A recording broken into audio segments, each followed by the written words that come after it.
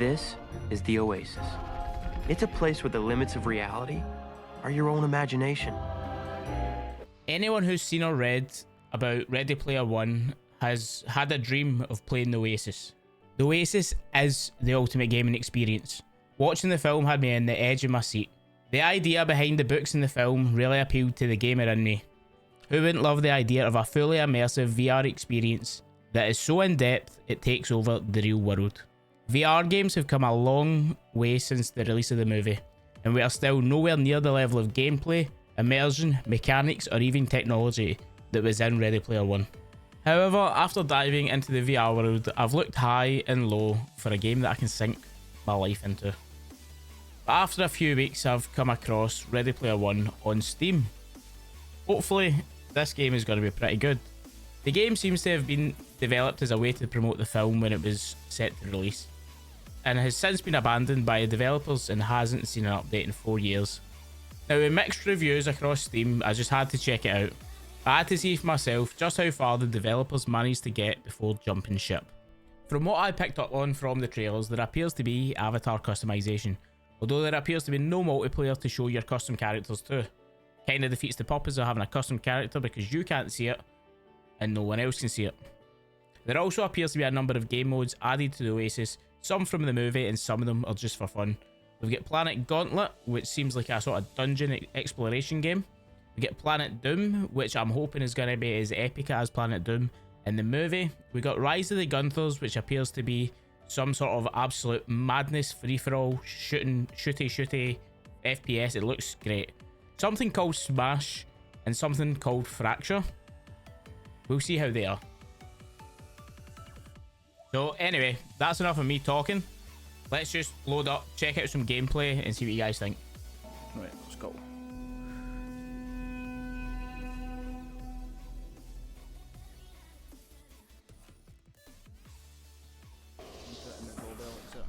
So this is Planet Gauntlet. Here we are given a bow with unlimited arrows, and from what I can tell, our only goal is to infinitely make our way through rooms of the undead. Here in the gameplay on screen, you can see me attempting to make my way through as far into the temple as possible. There are a few things that I liked about this mode. A few things that I couldn't get the hang of, and ultimately a few things that I could have probably done without. Firstly, I thought the general idea of the game mode was pretty fun. Fighting through the temple, killing the undead, pretty sick. It was awesome. If there was a social feature, I imagine I would have enjoyed this game mode a lot more. Sadly, I had to do it solo. There's no social feature yet. Another thing that I enjoyed was the overall feel of the bow and arrow. It wasn't janky or awkward to fire. It's exactly how I would have expected to fire a bow in VR, minus getting the arrow from a quiver. One thing that I absolutely couldn't stand about this game mode was the movement. The typical teleporter movement in VR already annoys me so much. Never mind this new form of shooting a crystal. So not only did you have to teleport about the place, I had to wait for the crystal to land, which towards the end of this gameplay is how I ended up dying.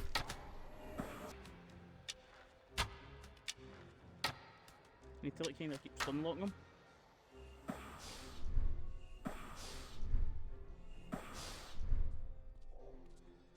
Oh fuck.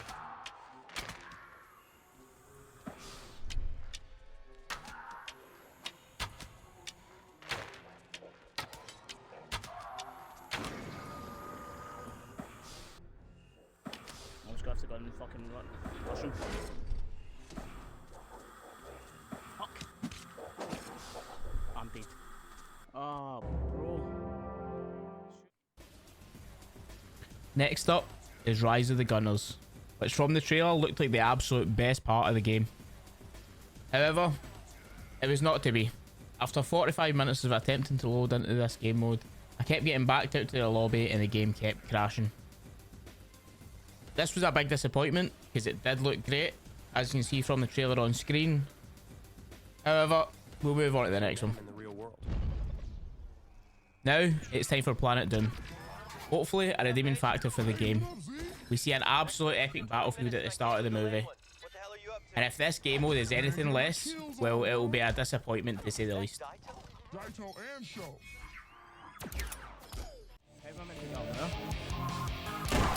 Let me just turn this down for a second. And the music in this mode is ridiculously loud. And the mode itself is absolutely mince. There's no movement, you're stationary, and all you do is defeat small waves of enemies.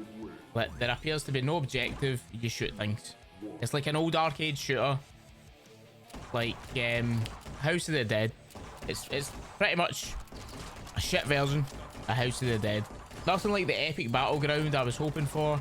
Overall, this mode, 2 out of 10.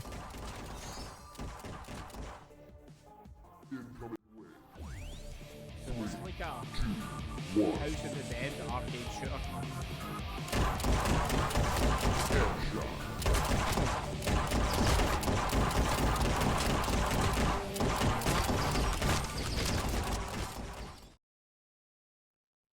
So after we completed our Planet Doom gameplay, I attempted to play literally every other mode, and not one of them would let me load in.